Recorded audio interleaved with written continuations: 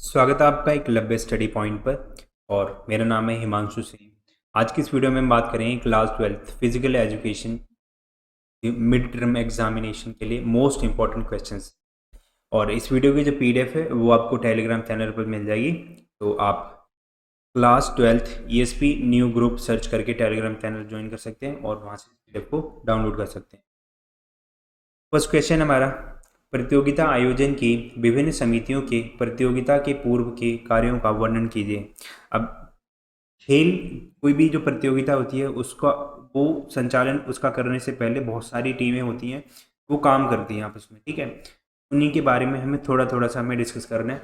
तो ये टोटल आपके सामने कुछ समितियां लिखी हुई हैं, 10 समिति हैं टोटल। तो 10 के 10 के जो काम है वो मैं आपको थोड़ा सा बताऊंगा, ब्रीफ थोड़ा सा इंट्रोडक्शन दूंगा, मैं ब्रीफ में नहीं बताऊंगा, ठीक है। तो पहले है आयोजन प्रबंधन समिति। तो आयोजन प्रबंधन यानी कि जो मैनेजमेंट करने का काम है, संचालन का काम है, वो ये समिति देखती है। ये समिति बेसिकली कोऑर्डिनेशन को देखती है कि अलग अलग जो समितियां होती हैं वो अपना काम सही तरीके से कर रही हैं या नहीं कर रही हैं। उनके ऊपर जो कंट्रोल करने का काम होता है वो प्रबंधन समिति मैनेजमेंट कमेटी के द्वारा किया जाता है। उसके बाद आती है प्रचार समिति। अब इसका क्या काम होता है? इसका काम होता है कि जो भी प्रतियोगिता आयोजित होने जा रही है उसकी जो जानकारी होती है, उसकी जो इन्फॉर्मेशन होती है वो जनता के बीच में पहुंचाना होता है, ठीक है। अब इसके लिए वो अलग अलग माध्यमों का उपयोग कर सकते हैं। इसमें सोशल मीडिया आ सकता है, अलग अलग मीडिया के जो माध्यम होते हैं वो आ सकते हैं यहाँ पे, ठीक है। तो बेसिकली जनता तक इसकी जो जानकारी होती है वो पहुँचाने का काम प्रचार समिति के द्वारा किया जाता है। फिर आती है क्रय समिति। अलग अलग समितियों के लिए जो भी सामान खरीदने का जो काम होता है वो इस समिति के द्वारा किया जाता है। फिर आती है खेल मैदान एवं उपकरण समिति। खेल के मैदान का जो पूरा का पूरा मेजरमेंट होता है कि वो स्टैंडर्ड्स के अकॉर्डिंग है या नहीं है, वो सारा का सारा इस समिति के द्वारा किया जाता है। इस खेल के मैदान में कौन कौन से उपकरण शामिल होंगे वो ये समिति तय करती है। फिर आती है प्रतियोगिता कार्यक्रम समिति कि कोई भी जो प्रतियोगिता होगी उसका क्या क्या कार्यक्रम रहेगा वो ये समिति डिसाइड करती है। अब इसमें जो भी खेल होते हैं, कौन सा खेल किस समय पर निर्धारित किया जाएगा, उसका क्या क्या टाइम टेबल रहेगा, तो ये सारा का सारा काम इस समिति के द्वारा किया जाता है। फिर आती है सजावट तथा समारोह समिति। डेकोरेशन से रिलेटेड जो भी काम होता है वो ये समिति करती है। फिर आती है फर्स्ट एड यानी कि प्राथमिक चिकित्सा समिति। खेल के दौरान जो चोटें होती हैं उसके लगने की संभावनाएं होती हैं, उस संभावना से निपटने के लिए जो भी चिकित्सीय सहायता दी जाती है वो इस समिति के द्वारा काम किया जाता है। फिर आती है वित्तीय समिति। ये बेसिकली क्या काम करती है? जो भी पैसा होता है, मनी से रिलेटेड जो भी मैनेजमेंट करने का काम होता है वो ये समिति करती है कि किस समिति को कितना खर्चा दिया जा चुका है, कितने पैसे उसको आवंटित किए जा चुके हैं। फिर आती है भोजन तथा आवास समिति। कौन सा खिलाड़ी किस जगह पर रहेगा, उसका जो प्रबंधन है, उसका जो मैनेजमेंट है, उसको देख रेख का जो काम है इस समिति के द्वारा किया जाएगा। फिर है अधिकारियों के लिए समिति। अलग अलग जो रेफरीज होते हैं, जो भी अधिकारी होती हैं, उनकी नियुक्ति किस तरह से की जाएगी, उनके लिए जो नियम निर्धारण करने का काम होता है वो इस समिति के द्वारा किया जाता है। नेक्स्ट क्वेश्चन की बात करते हैं, बाई को निर्धारित करने का जो तरीका उसको स्पष्ट कीजिए। अब बाई जो होती हैं वो दी क्यों जाती हैं? तो जब प्रतियोगिता में कुल टीमों की संख्या 2 की घात में ना हो तब बाई दी जाती है, ठीक है। यानी कि जब 2 की पावर में हो तब हम बाई नहीं देंगे और 2 की पावर में ना हो तब हम बाई देंगे। अच्छा, एक चीज और है, एक होती है बाई और एक होती है सीडिंग, ठीक है। तो सीडिंग बेसिकली क्यों दी जाती है? जो अच्छी अच्छी टीमें होती है ना वो आपस में पहले ना भिड़े, तो इसलिए की जाती है सीडिंग। और जो बाई होती है वो जब 2 की पावर में ना हो तब हम बाई देते हैं। अब बाई का जो तरीका होता है वो अलग अलग होता है। जैसे सबसे पहले हम टीमों की संख्या देखेंगे। एक एग्जांपल के लिए हम 13 टीमें लेते हैं, ठीक है। 13 टीम्स हमारे पास। उसकी जो अगली उच्चतम घात है, जैसे 2 की अगली घात क्या, 2 की अगली घात क्या होगी? 4, 2 उसकी, फिर 8, उसके बाद 16। तो 13 से आगे हमारे पास आ रही है 16, ठीक है। तो उच्चतम घात हमारे पास 16 आ गई। उसके बाद इसमें से माइनस करेंगे कुल टीमें हमारे पास कितनी है? 13।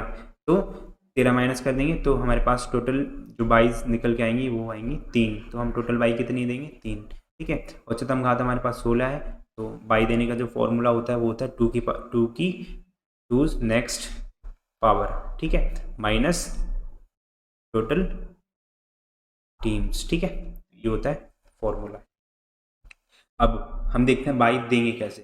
तो बाई बेसिकली कितनी भी बाईज हों, सबसे पहले क्या करना है, सबसे पहले हमें ये देखना है कि जो भी हमने अपर और लोअर हाफ में टीम को डिसाइड करा है, ठीक है, तो उसमें जो लोअर हाफ की जो लास्ट वाली टीम होती है उसको सबसे पहले एक बाई जाएगी, एक यहाँ पे आ गई। अब जो दूसरी बाई होगी वो अपर हाफ की सबसे ऊपर वाली टीम है उसको जाएगी, तो दूसरी बाई यहाँ पे आ गई। अब बची एक, क्योंकि इसमें 3 बाई जानी है, तो जो तीसरी बाई होगी वो लोअर हाफ की जो सबसे अपर मोस्ट टीम है उसको जाएगी, तो 3 बाई यहाँ पे आ गई। उसके बाद में जो भी मैचेस वगैरह होंगे वो सारे के सारे यहाँ पे कंडक्ट करे जाएंगे, ठीक है। तो ये होता है बाई देने का सिस्टम। अभी हम एक फिक्सचर तैयार करेंगे कि देखो ये क्वेश्चन आ गया, नॉकआउट के आधार पर 13 टीमों का फिक्सचर तैयार कीजिए, ठीक है। 13 टीमों का जो फिक्सचर होता है वो हमें तैयार करना है नॉकआउट के आधार पर, नॉकआउट टूर्नामेंट के आधार पर। तो सबसे पहले हम देखते हैं जो टोटल नंबर ऑफ मैचेस कैसे निकालेंगे। तो टोटल टीम्स -1, तो टोटल टीम हमारे पास है 13 और उसमें से हम 1 माइनस करेंगे तो टोटल जो मैचेस आएंगे वो कितने होंगे, 12। अभी हम इसको ड्रॉ भी करेंगे, किस तरह से इसको ड्रॉ करा जाएगा। उसके बाद टोटल राउंड्स कैसे निकालेंगे, 2 की पावर कितनी पे आई है, जैसे 2 2 दूनी 4 दूनी 8 दूनी 16, 1 2 3 4, तो टोटल जो राउंड होंगे वो कितने होंगे, 4 राउंड्स होंगे, ठीक है। उसके बाद जो टोटल बाईज हैं वो कैसे दी जाएंगी, 2 की next power minus total teams, 2 की नेक्स्ट पावर कितनी है 16 माइनस 13, टोटल जो बाईज होंगी वो कितनी जाएंगी 3, ठीक है। उसके बाद टीम्स इन अपर हाफ में टीम्स कैसे जाएंगी, कितनी जाएंगी, उसको निकालने का ये फॉर्मूला होता है टोटल टीम्स +1 अपॉन में 2। टोटल टीम्स हमारे पास 13 है, +1 करेंगे और अपॉन में 2 करेंगे तो ये 14 अपॉन में 2 हो जाएगा। तो अपर हाफ में टोटल टीम्स कितनी जाएंगी 7, लोअर हाफ में भी फॉर्मूला होता है, तो इसमें हम क्या करेंगे माइनस करेंगे। तो सबसे पहले टोटल टीम्स -1 अपॉन में 2, तो ये कितना आएगा 12 अपॉन में 2, इसको करेंगे तो ये आएगा 6। तो लोअर हाफ में 6 टीम्स रहेंगी और अपर हाफ में 7 टीम्स रहेंगी, ठीक है। अभी हम इसको ड्रॉ करते हैं। तो देखो ये हमारे पास टोटल 13 टीम है, हमने इसको अपर हाफ और लोअर हाफ में कर दिया है। ऊपर वाले में 7 टीम्स हैं और नीचे वाले में 6 टीम्स हैं। तो सबसे पहले बाई देंगे, बाई कैसे दी जाएगी, लोअर हाफ की अब सबसे लोअर टीम और अपर हाफ की सबसे अपर मोस्ट टीम, तो 1 बाई इसको होगी, 1 बाई इसको होगी 2। उसके बाद में जो लोअर हाफ की अपर मोस्ट टीम है उसको तीसरी बाई जाएगी, 3 ही बाई जानी है, दे दी, ठीक है। उसके बाद हम पहला राउंड यहाँ पे स्टार्ट करेंगे, तो 2 और 3 का आपस में मैच होगा, 4 और 5 का होगा, 6 और 7 का होगा, उसके बाद 9 और 10 का, उसके बाद 11 और 12 का, ठीक है। अब यहाँ से टीम नंबर 1 का और यहाँ से जो 2 और 3 से विनर टीम होगी उसका आपस में मैच होगा। फिर 4 5 में से किसी एक का और 6 7 में से किसी एक का आपस में मैच होगा। उसके बाद में 8 या और 9 और 10 में से कोई एक टीम आएगी, फिर 11 12 में से कोई एक आएगी और उसके बाद 13 का आपस में मैच होगा। अब यहाँ पे होगा सेमीफाइनल, तो यहाँ से एक टीम निकल के आएगी इस तरह से कुछ, और इसके बाद एक निकल के आएगी यहाँ पर, ठीक है। अब यहाँ पे क्या होगा, यहाँ पे होगा फाइनल, ठीक है, और यहाँ पे जो टीम निकल के आएगी वो होगी विनर हमारी टीम। तो ये है टोटल एक फिक्सचर तैयार करने का एक तरीका होता है, ठीक है। नेक्स्ट की अगर हम बात करते हैं कि योजना के उद्देश्यों का वर्णन कीजिए, कि what are the aims of planning, planning हम क्यों करते हैं। आप इसको खुद अपने ऊपर इम्प्लीमेंट करो, आपके एग्जाम्स चल रहे, आपने जो पढ़ाई करी है वो कुछ प्लान करके करी होगी, ठीक है। क्यों करी होगी, क्योंकि आपको अच्छे नंबर चाहिए, आपका जो प्रॉपर टाइम है उसको अच्छे से आपको कोऑर्डिनेट करना है, ठीक है, तो इसलिए आपने प्लानिंग करी है।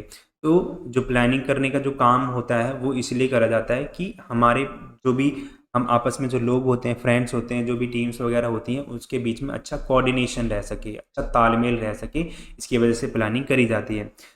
हमारे जो भी काम होते हैं, जो भी टास्क वगैरह होते हैं, उनके ऊपर अच्छा कंट्रोल हमारा हो सके, इसलिए हम प्लानिंग करते हैं।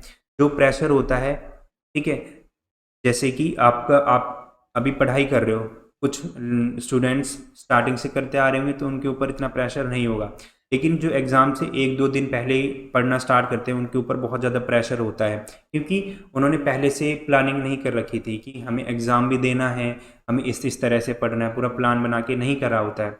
इसी की वजह से जो प्रेशर होता है उसको कम करने के लिए प्लानिंग करी जाती है। अगर यही स्टूडेंट्स पहले से प्लानिंग करके पढ़ रहे होते तो उनके ऊपर अभी इतना प्रेशर नहीं आता। उसके बाद गलती की जो संभावनाएं होती हैं उसको कम करने के लिए, अब देखो गलतियां सबसे होती हैं और जो प्लानिंग करके करता है उससे भी गलतियां होती हैं, लेकिन उसकी गलतियां बहुत कम होती हैं कंपेयर टू जो प्लानिंग नहीं करता है। उसके बाद समय, धन तथा साधनों की बर्बादी को रोकना। ठीक है, अब खेल के मैदान में अगर हम प्लानिंग नहीं करेंगे, हम discussion on the spot ground में ही करेंगे, तो उससे क्या होगा, उससे समय काफ़ी ज़्यादा बर्बाद होगा। ठीक है, धन की बर्बादी होगी, जो भी संसाधन वहाँ पे इस्तेमाल किए जा रहे हैं उनकी बर्बादी होगी। तो इन चीज़ों को रोकने के लिए भी प्लानिंग करी जाती है।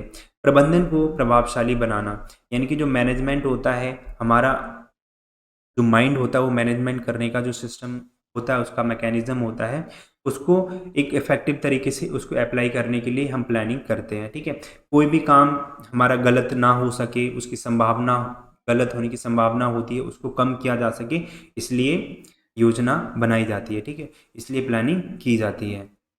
नेक्स्ट क्वेश्चन की बात करते हैं, नॉकआउट टूर्नामेंट के लाभ और उसकी हानियों की व्याख्या कीजिए।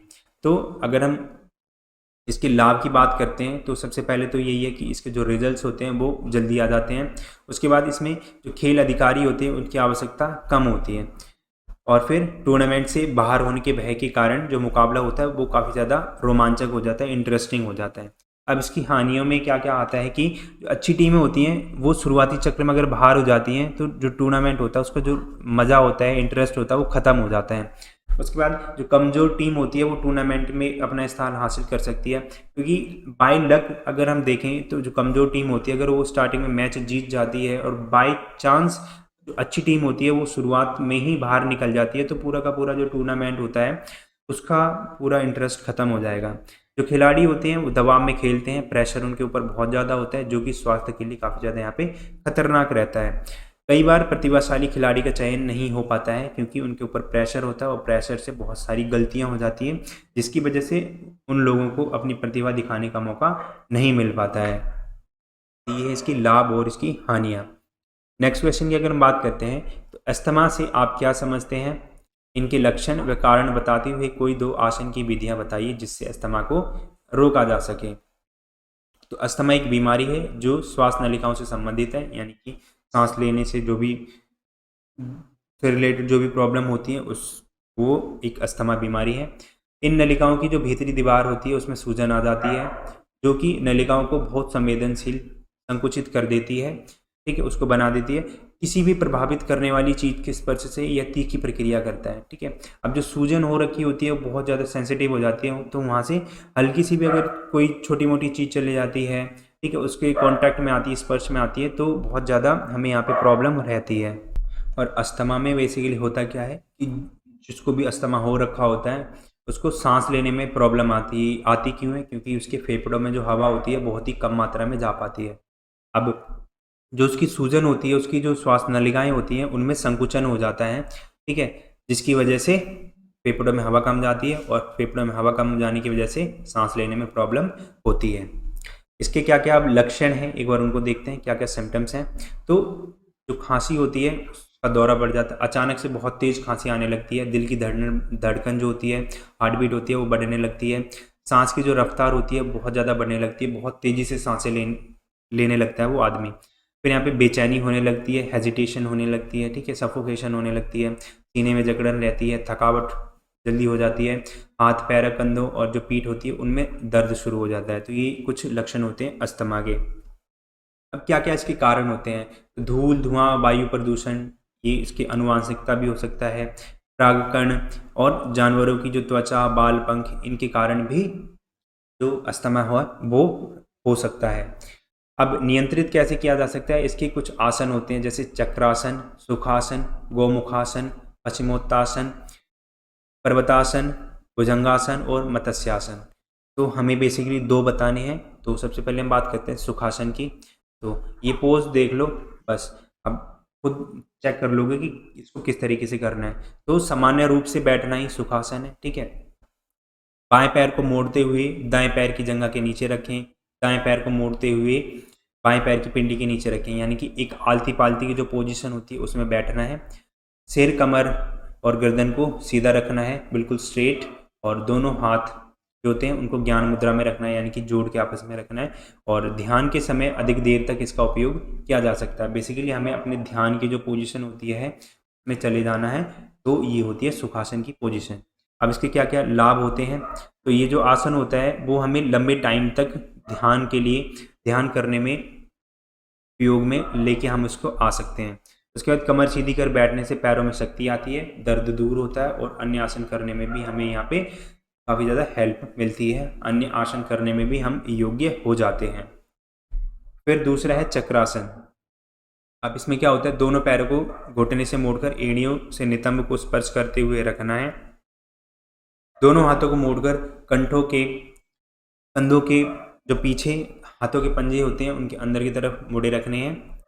फिर हाथों और पैरों को शरीर के ऊपर उठाना है और शरीर को अधिक से अधिक खिंचाव देना है, जिससे कि चक्राकार बन जाए।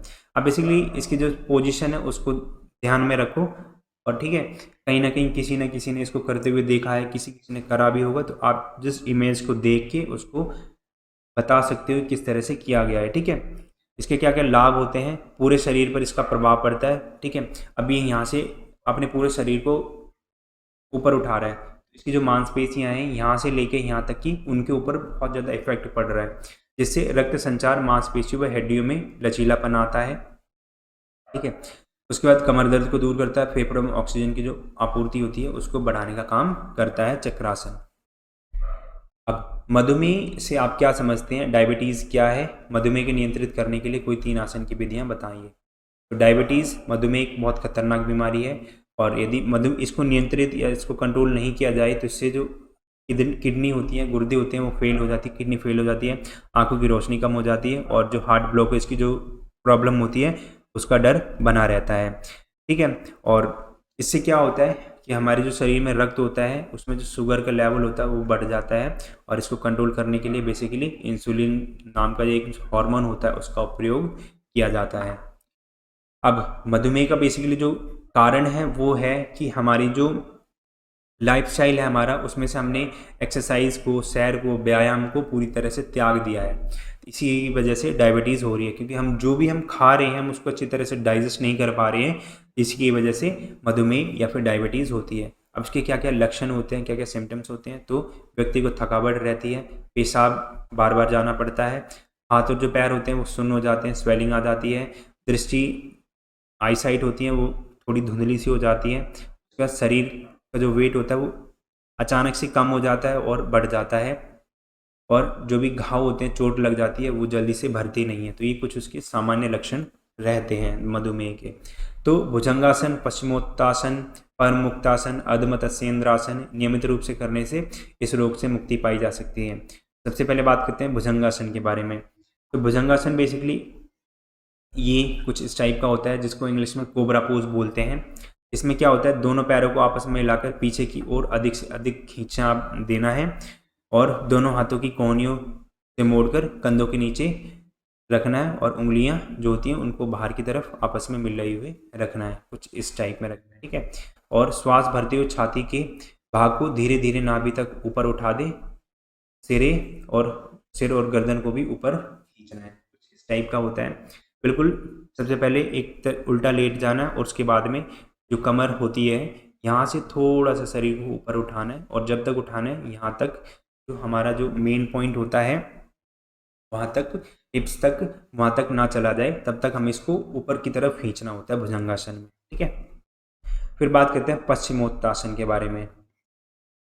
श्वास करते हुए दोनों हाथों को ऊपर ले जाएं, सिर, गर्दन और कमर के भाग को ऊपर की ओर खिंचाव दें। श्वास छोड़ते हुए दोनों हाथों को नीचे लाएं तथा कमर के भाग को आगे करते हुए पैरों से लगा दें। सबसे पहले कुछ इस टाइप में हमें बिल्कुल सीधे बैठ जाना होता है सुखासन की स्थिति में। उसके बाद ऊपर पूरी खिंचाव करना होता है, और उसके बाद आगे से जाके ये जो हाथ होते हैं उनको इन पैरों से टच करना होता है। हाथों से पैर के अंगूठे पकड़े, कोहनियाँ ज़मीन पर लगाएं, कुछ इस टाइप में। ठीक है, माथा, छाती व पेट पूरी तरह से पैरों से लगे हों इस टाइप में, तो ये होता है पश्चिमोत्तासन। इससे आपकी जो पीछे की जो मांसपेशियां होती हैं, पैरों की जो मांसपेशियां होती हैं, उन पर बहुत ज़्यादा इफेक्ट पड़ता है। उसके बाद आता है पवन मुक्तासन। ठीक है, करने में ये सारे के सारे इजी होते हैं। ज़मीन पर चटाई बिछाकर कमर के बल लेट जाना। सबसे पहले अपनी बाजुओं को शरीर के साइड में रखें और रिलैक्स रहें, बिल्कुल रिलैक्स पोजीशन में। लेटते हुए गहरी सांस लेते रहें। अब सांस छोड़ते हुए अपने घुटनों को अपनी छाती की ओर ले जाएं और अपनी जांघों को अपने पेट तक लाते हुए हाथों से दबाना है।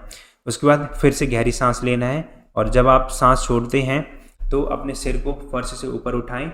अब अपनी ठुड्डी से घुटनों को छूने की कोशिश करें और गहरी और लंबी सांस लेते हुए इस आसन में बने रहें।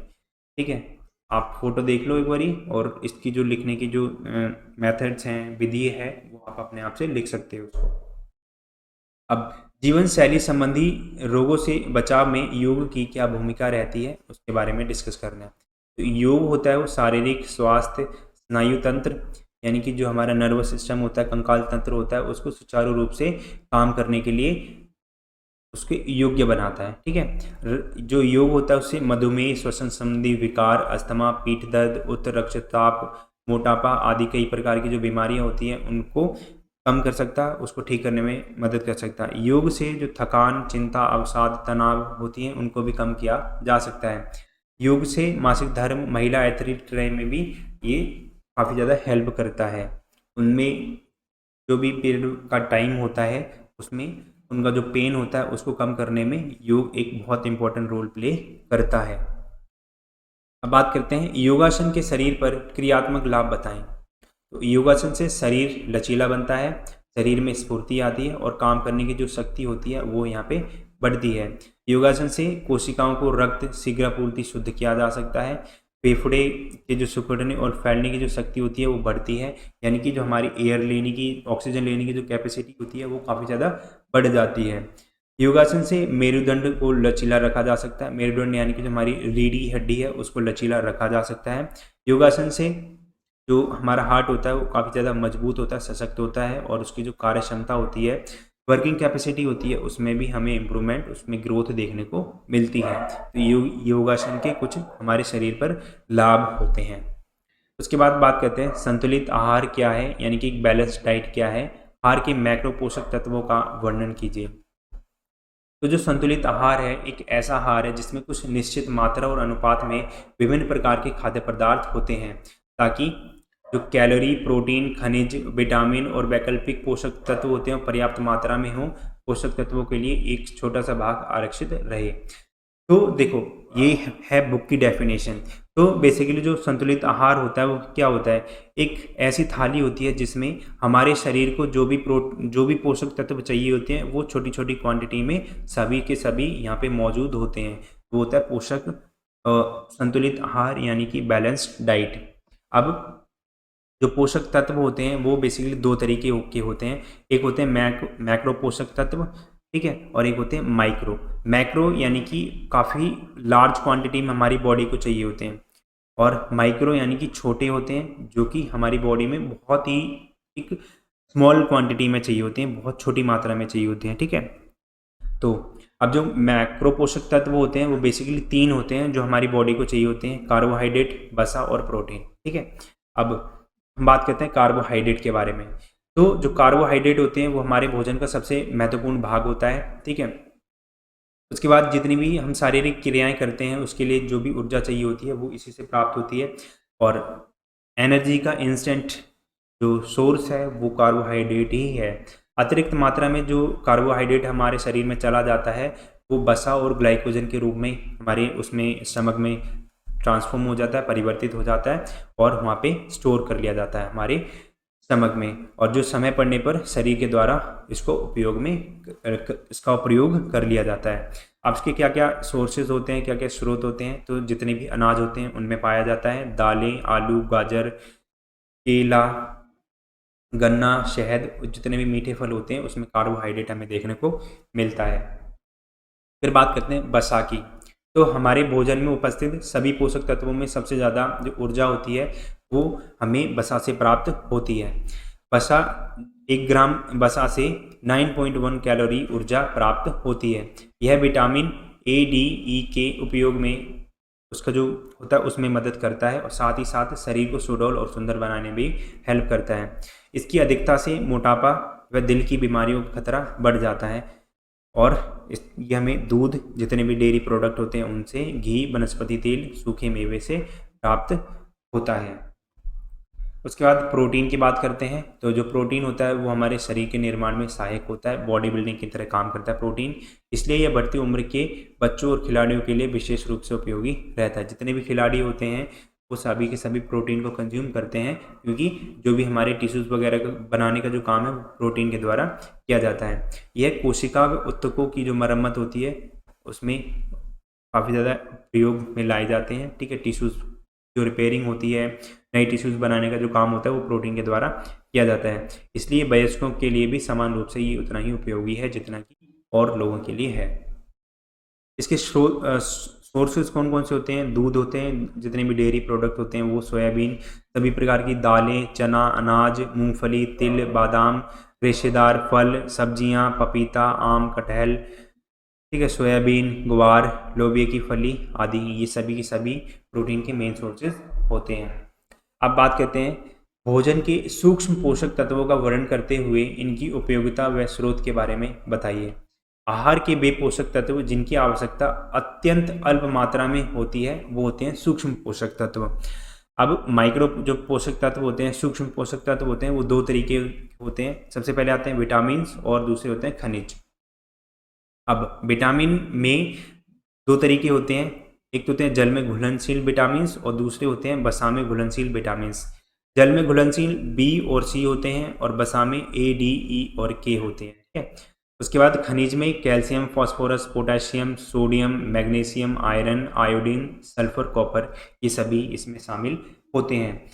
अब हम बात करते हैं सबसे पहले जल में घुलनशील विटामिन के बारे में। तो इसमें विटामिन बी आता है। ठीक है, तो विटामिन में पूरा का पूरा एक समूह होता है, विटामिन बी इसके आते हैं, जिसको कि विटामिन बी कॉम्प्लेक्स के नाम से जाना जाता है। और ये हमारी जो पाचन क्रिया होती है, हमारी जो नॉर्मल हमारा जो हेल्थ सिस्टम होता है उसको मेंटेन करने के लिए बहुत ज़्यादा इंपॉर्टेंट हो जाते हैं, आवश्यक हो जाते हैं।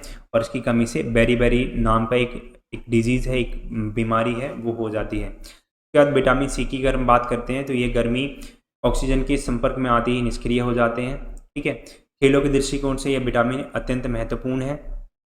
सहनशीलता यानी कि एंडोरेंस बढ़ाने में ये विटामिन बहुत ज़्यादा इंपॉर्टेंट होता है। दांत, अस्थि, रक्तवाहिनियों को मजबूत करता है। इसके स्रोत में खट्टे फल, आंवले, टमाटर, नींबू, अंकुरित अनाज, हरी सब्जियां, हरी मिर्च, ये सभी के सभी आ जाते हैं। और जो गुड़ होता है, गुड़ में भी विटामिन सी पाया जाता है। उसके बाद बात करते हैं वसा में जो घुलनशील विटामिन होते हैं उनके बारे में। तो सबसे पहले बात करते हैं विटामिन ए के बारे में। तो ये जो विटामिन होता है वो हमारे जो शरीर का विकास होता है, आँखों, त्वचा को स्वस्थ रखने के लिए बहुत इंपॉर्टेंट हो जाता है। और इसकी कमी से रतौंधी यानी कि नाइट ब्लाइंडनेस और जो त्वचा होती है वो सूखी सी रहने लगती है। इसमें पीले व नारंगी फल जैसे पपीता, खरबूजा, संतरा, गाजर, हरे पत्ते वाली सब्जियां, पालक, बंद गोभी, मटर, दूध के जितने भी प्रोडक्ट होते हैं वो यहाँ पे हमें उनके सभी के अंदर विटामिन ए पाया जाता है। फिर आता है विटामिन डी।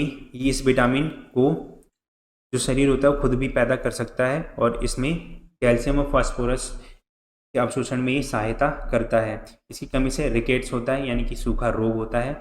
और ये हमें कहाँ कहाँ से मिल सकता है? दूध के जितने भी प्रोडक्ट होते हैं उनमें, सूर्य के प्रकाश में, तेल मालिश और जितनी भी सब्जियां होती हैं, मछली का तेल होता है, उनमें विटामिन डी पाया जाता है। उसके बाद बात करते हैं विटामिन ई के बारे में। तो यह हृदयघात, पक्षाघात और कैंसर जैसे रोगों से शरीर की रक्षा करता है। विटामिनों का उपयोग करने में ये सहायता करता है। शरीर में एंटीऑक्सीडेंट के रूप में ये काम करता है, बीमारियों से लड़ने में हेल्प करता है। स्त्री व पुरुषों की जो प्रजनन शक्ति होती है उसको सुदृढ़, उसको मजबूत करने में हेल्प करता है। और ये अंकुरित अनाज, क्षार, दालें, हरी सब्जियां, तेल, घी, इन सब में पाया जाता है। बात करते हैं विटामिन के बारे में। तो यह जो विटामिन होता है वो क्षार और धूप में निष्क्रिय हो जाता है, यानी कि जो धूप वगैरह जो हीट होती है उसमें ये पैसिव हो जाते हैं, यानी कि एक्टिव नहीं रहते हैं। पाचन क्रिया के लिए इम्पॉर्टेंट होते हैं। ठीक है। आंतों के जो भीतरी बैक्टीरिया होते हैं उनका निर्माण करता है। खून का थक्का जमाने में ये भी हेल्प करता है। स्रोत कौन कौन से हैं? हरी पत्तेदार सब्जियां, अंकुरित अनाज अनाज, आलू, सोयाबीन, दूध के जितने भी प्रोडक्ट होते हैं उनमें विटामिन के पाया जाता है। अब बात करते हैं खनिज लवण के बारे में। तो जो खनिज होते हैं वो दूसरा सूक्ष्म पोषक तत्व है। इसमें कार्बन नहीं होता है। हमारे शरीर का जो आधा जो भाग है यानी कि 1/2 भाग खनिज लवणों का बना होता है।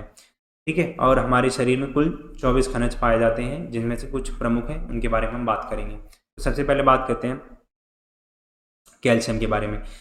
तो फास्फोरस के साथ मिलकर दांतों और हड्डियों का निर्माण करता है, रक्त का थक्का जमाने में हेल्प करता है। और कहाँ से मिलता है? दही, दूध, हरी सब्जियां, अंडा और मांस से हमें ये प्राप्त होता है। उसके बाद बात करते हैं फास्फोरस की। तो दांतों व हड्डियों का जो निर्माण होता है उसमें हेल्प करता है। दूध, दही, सब्जी, मौसमी फल होते हैं यानी कि जो सीजनल फ्रूट्स होते हैं उनमें पाया जाता है। फिर बात करते हैं पोटेशियम की। तो जितने भी जो कोशिकाएं होती हैं, ठीक है, उनकी जो दर होती है उनको बनाए रखने के लिए, तंत्रिका तंत्र को यानी कि जो हमारा नर्वस सिस्टम होता है उसको कंट्रोल करने के लिए, रेगुलेट करने के लिए पोटेशियम बहुत ज़्यादा इंपॉर्टेंट होता है। और अनाज, फल और सब्जियों में ये हमें देखने को मिलता है, उससे प्राप्त होता है। फिर होता है सोडियम, जो हमारा नर्वस सिस्टम होता है उसको अच्छे से काम करने के लिए ये मदद करता है। दूध, सब्जियां जो सामान्य नमक होते हैं, फल होते हैं, उनमें हमें प्राप्त होते हैं। फिर बात करते हैं मैग्नीशियम के बारे में। तो ग्लूकोज को ग्लूकोजन के रूप में उसको परिवर्तित करने के लिए हेल्प करता है। अनाज, फल, सब्जियों में ये पाया जाता है। आयरन यानी कि जो लोहा होता है वो हीमोग्लोबिन तथा मायोग्लोबिन के निर्माण में सहायता करता है, और इसकी कमी से एनीमिया हो जाता है यानी कि खून की कमी हो जाती है। और ये हमें हरी पत्तेदार सब्जियां जैसे पालक, मेथी, बथुआ, अनाज, ठीक है, इनसे प्राप्त होता है। मौसम के जो फल होते हैं, दूध होता है, उससे हमें प्राप्त होता है। आयोडीन होता है जो थायराइड ग्रंथि होती है उसकी उचित क्रिया, उसको अच्छे से कंट्रोल करने में, उसको अच्छे से रेगुलेट करने में हेल्प करता है। और जो डाइजेस्टिव सिस्टम होता है उसको अच्छे से बनाने में आयोडीन हेल्प करता है। और जितने भी समुद्री खाद्य पदार्थ होते हैं, समुद्र से निकली हुई जितनी भी चीज़ें होती हैं जिसको खाया जा सकता है, उन सभी में आयोडीन पाया जाता है। फिर आता है सल्फर, प्रोटीन और विटामिन निर्माण में सहायता करता है। दाल, टमाटर, प्याज, इन सब में पाया जाता है।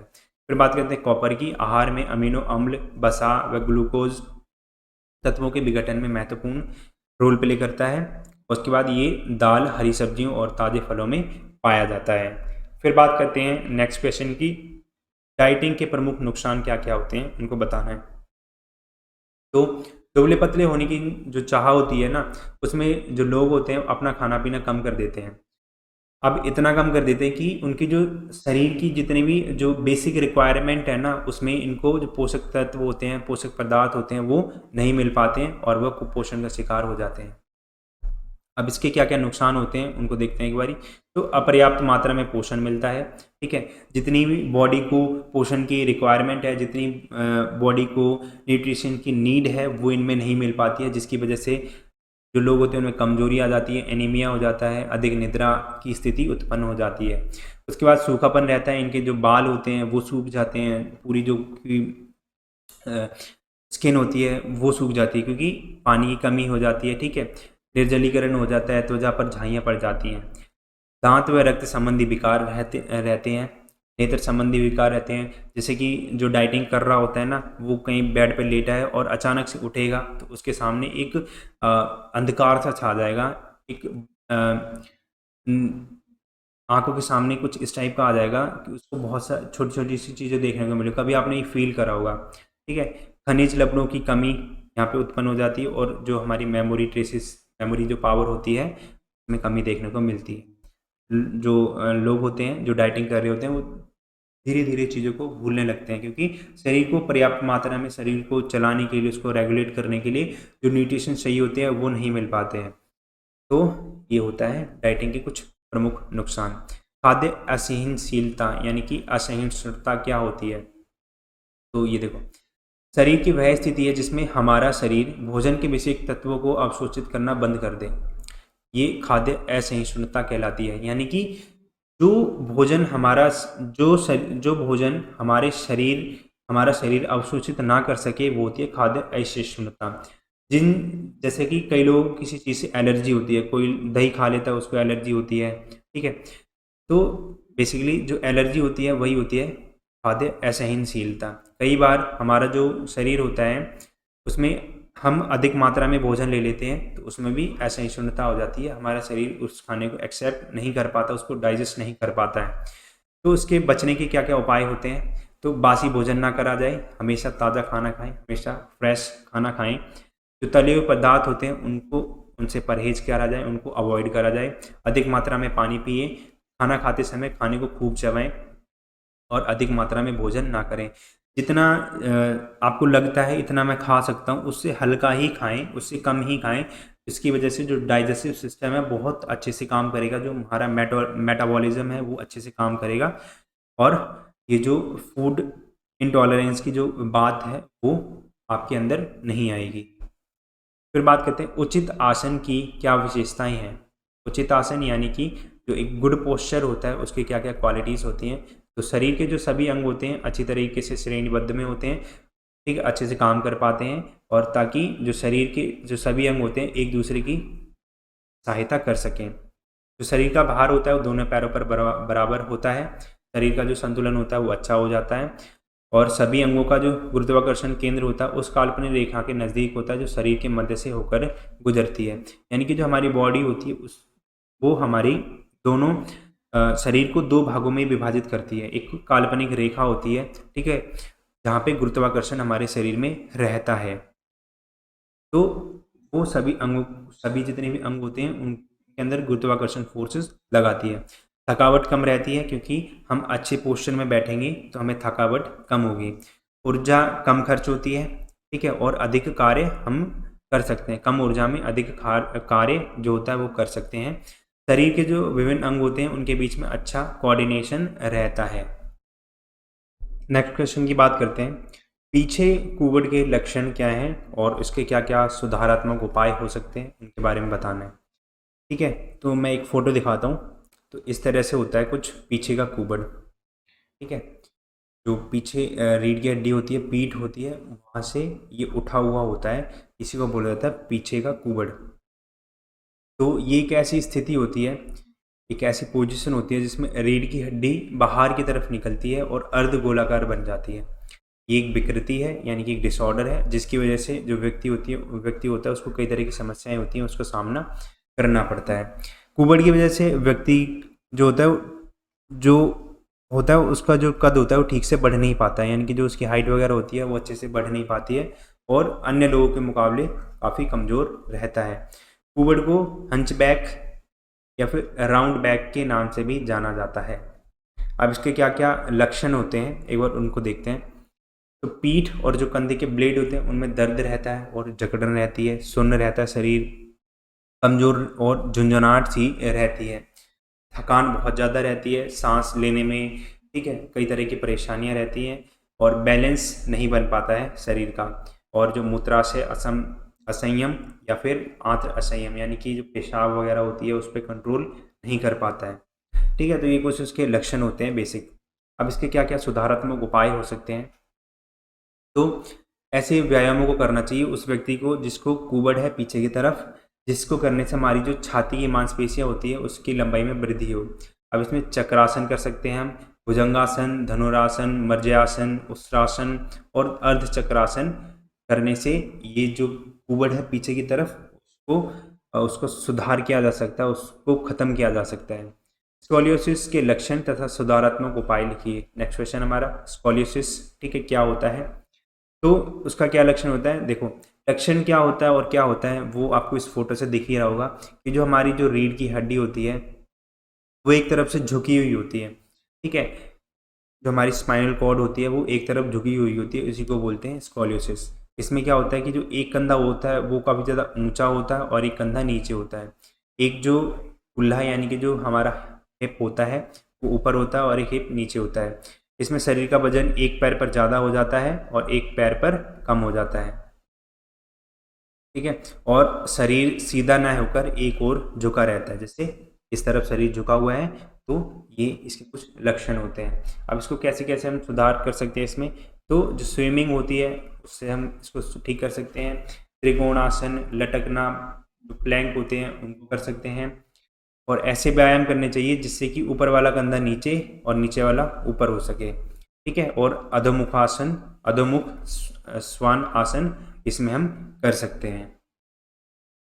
अब जो नौकनी है वो भी एक मेन प्रॉब्लम है, यानी कि घुटने का आपस में टकराने के लक्षण, इसके कारण और सुधारात्मक उपाय लिखने हैं, ठीक है। तो नौकनी कुछ इस तरह की होती है जिसमें कि जो घुटने होते हैं हमारे, वो खड़े होने, जो सावधान की पोजीशन होती है उसमें खड़े होने पे ये आपस में टकराते हैं, ठीक है। जो नीज होती हैं वो आपस में टच होती है, इसी को नौकनी कहा जाता है। अब इसमें खड़े रहने की स्थिति में दोनों घुटने होते हैं वो आपस में स्पर्श करते हैं, टच करते हैं, और चलते समय जो घुटने होते हैं आपस में स्पर्श करते हैं, टच करते हैं। दौड़ते समय भी जो घुटने होते हैं आपस में टच करते हैं, ठीक है। तो ये होते हैं कुछ इसके लक्षण। अब इसके क्या क्या कारण होते हैं, तो सबसे पहले मोटापा यानी कि ओबेसिटी मेन रीज़न होता है इसका। विटामिन डी की कमी, रिकेट्स रोग रहता है, और समय से पहले बच्चे होते हैं उनको ज़बरदस्ती चलाया जाता है, इसकी वजह से भी नौकनी आ जाती है। कुपोषण होता है, अच्छे से जो उनकी जो बॉडी होती है वो उनको न्यूट्रिशन नहीं मिल पाते हैं, इसकी वजह से भी होता है ये सब। और लंबे समय तक जो भारी बोझ उठाने के कारण होता है, जैसे वेट लिफ्टिंग करते हैं बहुत लंबे टाइम तक, उसकी वजह से भी जो हड्डियां होती हैं उनमें डिसऑर्डर्स आ जाते हैं और आपस में टकराने लगती हैं। अब इसके क्या क्या उपाय हो सकते हैं, सबसे पहला मेन जो फेमस है होता है वो होता है हॉर्स राइडिंग, यानी कि घुड़सवारी करने से नौकनी को ठीक किया जा सकता है। फुटबॉल में जो साइड किक होती है उसको फॉलो करने से भी, पद्मासन, और जो दोनों जब हम रात में सोते हैं बैठते हैं तो उसके जो दोनों घुटने होते हैं उनके बीच में तकिया लगाने से भी ये ठीक होती है। वॉकिंग कैलिपर्स का उपयोग करके, इस टाइप में कुछ होते हैं, इनको पैरों में पहन के ये इसको ठीक किया जा सकता है। पैर को सीधा रखकर उसे उठाने से हम जो नौकनी की जो प्रॉब्लम होती है उसका समाधान कर सकते हैं। अब बात करते हैं अक्षमता शिष्टाचारों की व्याख्या कीजिए। तो उचित शब्दों का चयन। अक्षमता शिष्टाचार यानी कि कुछ बच्चे होते हैं स्पेशल नीड्स वाले, उनके साथ हमें किस तरह का बिहेव करना चाहिए, ठीक है, किस तरह का बिहेवियर उनके साथ अपनाना चाहिए, क्या क्या एटिकेट होने चाहिए, तो उनके बारे में बताना है। सबसे पहले तो उचित शब्द होते हैं उनका चयन करना चाहिए, ऐसी कोई भी बात नहीं बोलनी चाहिए जो उनको बुरी लग सके, ठीक है। उनको एक उनका जो उचित संबोधन होता है, कि कुछ होते हैं उनके अंदर कुछ कमियां होती हैं तो सभी लोग उसको बोलते हैं, ठीक है। तो हमें इन शब्दों से बचना चाहिए। जैसे अगर किसी को दिखाई नहीं दे रहा तो उसको अंधा बोलते हैं, तो ये गलत होता है, ठीक है। तो हमें जो अच्छा होगा उसका नाम लेके हम बुलाएं, ठीक है। तो उचित संबोधन होना चाहिए, हाथ मिलाना चाहिए, ठीक है। सहायता करनी चाहिए जितनी हम उसकी हेल्प कर सकें। कई बार लोग उनको पहचानने से भी मना कर देते हैं, तो ये सब नहीं करना चाहिए, पहचान करनी चाहिए और दूसरों से भी मिलाना चाहिए। व्हील चेयर का भी हमें उपयोग करना चाहिए उन लोगों के लिए, ठीक है, जो ऊपर नहीं जा सकते हैं, नीचे नहीं आ सकते, इनके लिए। झुकना, हमेशा नम्र होकर बात करनी चाहिए और ध्यानपूर्वक उनके संपर्क में रहना चाहिए, उनसे बात करनी चाहिए, ठीक है। जो भी चीज़ वो बोलते हैं, जो भी अपने विचार देते हैं, आइडियाज़ वगैरह देते हैं, तो उनको अच्छी तरह से सुनना चाहिए। तो ये सब जो काम होते हैं हम इन लोगों के साथ में कर सकते हैं, जिससे कि इनके अंदर कोई एक ऐसी हीन भावना ना आए जो ये अपने आप को सोसाइटी से अलग करने की कोशिश करने लगे, ठीक है। तो इनकी वजह से हम इंक्लूजन कर सकते हैं। अब लास्ट क्वेश्चन हमारा, विशेष जरूरतों वाले बच्चों के लिए शारीरिक क्रियाओं का निर्धारण करने की रणनीतियों की व्याख्या कीजिए। यानी कि अगर जो स्पेशल नीड्स वाले बच्चे हैं उनके लिए हम जो फिजिकल एक्टिविटीज़ होती हैं उनको कंडक्ट कर रहे हैं, तो उसके लिए क्या क्या स्ट्रैटेजीज होनी चाहिए। तो सबसे पहले डॉक्टरी जाँच होनी चाहिए, ठीक है। जितने भी हमारे पास दिव्यांग बच्चे हैं उनकी शारीरिक जांच कर लेनी चाहिए कि उनमें किस तरह की अक्षमता है, किस स्तर की अक्षमता है, ठीक है। उसके अनुसार ही जितनी भी शारीरिक एक्टिविटीज़ होती हैं, फिजिकल एक्टिविटीज़ होती हैं, उन्हें करवाया जाए। फिर पूर्व अनुभव, कि कोई भी जो खेल होता है, जो भी कोई भी एक्टिविटी करने जा रहे हैं, तो बच्चों जो स्पेशल नीड्स वाले बच्चे हैं उनका किस तरह का एक्सपीरियंस है, ठीक है। क्या वो उस खेल को अच्छी तरह से खेल सकते हैं, नहीं खेल सकते हैं, क्या वो उनमें अच्छे परफॉर्म कर सकते हैं, नहीं कर सकते हैं। तो इन चीज़ों को बच्चों से डिस्कशन कर लेना चाहिए। उनकी किस चीज़ में रुचि है उस चीज़ को भी देखना चाहिए, ठीक है। कौन कौन सी फिजिकल एक्टिविटीज़ करने में वो ज़्यादा इंटरेस्टेड हैं, उसी हिसाब से उसी के अकॉर्डिंग जो भी फिजिकल एक्टिविटीज़ होती हैं उनको करना चाहिए। बच्चे की क्या क्या एबिलिटीज़ है, क्या क्या कैपेबिलिटी है, क्या उनके अंदर क्षमता है, किस तरह की जो फिजिकल एक्टिविटीज़ होती हैं वो कर सकती हैं, ठीक है। तो जो फिजिकल एक्टिविटीज़ होती हैं उनका निर्धारण किया जाए। तो जो जितने भी दिव्यांग बच्चे होते हैं उनकी शारीरिक और मानसिक योग्यता को समझ लेना चाहिए और उन्हीं की क्षमता के अनुसार शारीरिक क्रियाओं का चयन किया जाना चाहिए। तो अब इस चीज़ में ना एक चीज़ बस ये ध्यान रखो कि हम किसी भी क्या क्या ऐसे तरीके हो सकते हैं हम उनको अपना सकते हैं जिससे कि जितने भी स्पेशल नीड्स वाले बच्चे हैं वो क्लास में इंक्लूड किए जा सकें, इंक्लूजन हो सके उनका, ठीक है। और कौन कौन सी हम ऐसी फिजिकल एक्टिविटीज़ करवा सकते हैं जिससे कि उनको कोई प्रॉब्लम ना हो, ठीक है। तो आप ये जितने भी पॉइंट्स होते हैं ना वो आप अपने आप बना सकते हो, ठीक है। फिर रूपांतरित उपकरण, जितने भी हम उपकरण यूज़ करते हैं उनका ट्रांसफॉर्म किया जा सके उसकी कैपेबिलिटी के अकॉर्डिंग। जितने भी दिव्यांग बच्चे होते हैं, जो स्पेशल नीड्स वाले बच्चे होते हैं, उनके अनुसार ही हम उसको परिवर्तित कर सकें और वे लोग क्रियाओं में भाग ले सकें। जो वातावरण होता है, एनवायरनमेंट होता है, उसको बनाया जा सके बच्चों के लिए। जितने भी नियम होते हैं, नियम ऐसे कठोर ना बनाए जा सके जो कि बच्चा उसमें फंस जाए, ठीक है। हमें नियम को ऐसा बनाना चाहिए जो कि हम इजीली ट्रांसफॉर्म उनको कर सकें। फिर आता है अनुदेश, शारीरिक क्रियाओं के दौरान किए जाने वाले जो अनुदेश यानी निर्देश होते हैं वो दिव्यांग की अक्षमता की प्रकृति के अनुरूप हो सके, ठीक है। उदाहरण के लिए दृष्टि संबंधित दिव्यांग के अनुदेश सुनने के लिए सुनने वाला एक होना चाहिए, ठीक है, जिसको दिखाई ना दे उसके लिए जो भी वो बोलता है उसको स्पेशली उसको सुनने के लिए एक व्यक्ति होना चाहिए। फिर होना चाहिए साधारण से मुश्किल, यानी कि जो फिजिकल एक्टिविटीज़ होती हैं उनका जो लेवल होता है वो सबसे पहले हमें नॉर्मल करवानी चाहिए, इजी करवानी चाहिए, फिर थोड़ा थोड़ा लेवल उसका बढ़ाना चाहिए, फिर सबसे लास्ट में जाके हमें मुश्किल चीज़ें ही रखनी चाहिए जिससे कि बच्चों को एक रीइंफोर्समेंट मिल सके, बच्चों को एक मनोबल मिल सके, मोटिवेशन मिल सके कि हाँ मैं अच्छा कर रहा हूँ और मैं आगे इससे और अच्छा करूँगा, ठीक है। तो वो इंटरेस्ट दिखाएंगे फिजिकल एक्टिविटीज़ के अंदर। फिर आता है सभी अंगों का उपयोग होना चाहिए। जो भी टीचर है जितनी भी फिजिकल एक्टिविटीज़ को स्ट्रेटजीज वगैरह बना रहा है तो उसको ये इंश्योर करना चाहिए कि जितने भी उसके जो जितने भी पार्ट्स हैं, जितने भी अंग हैं, वो सभी के सभी उसमें भागीदार बने।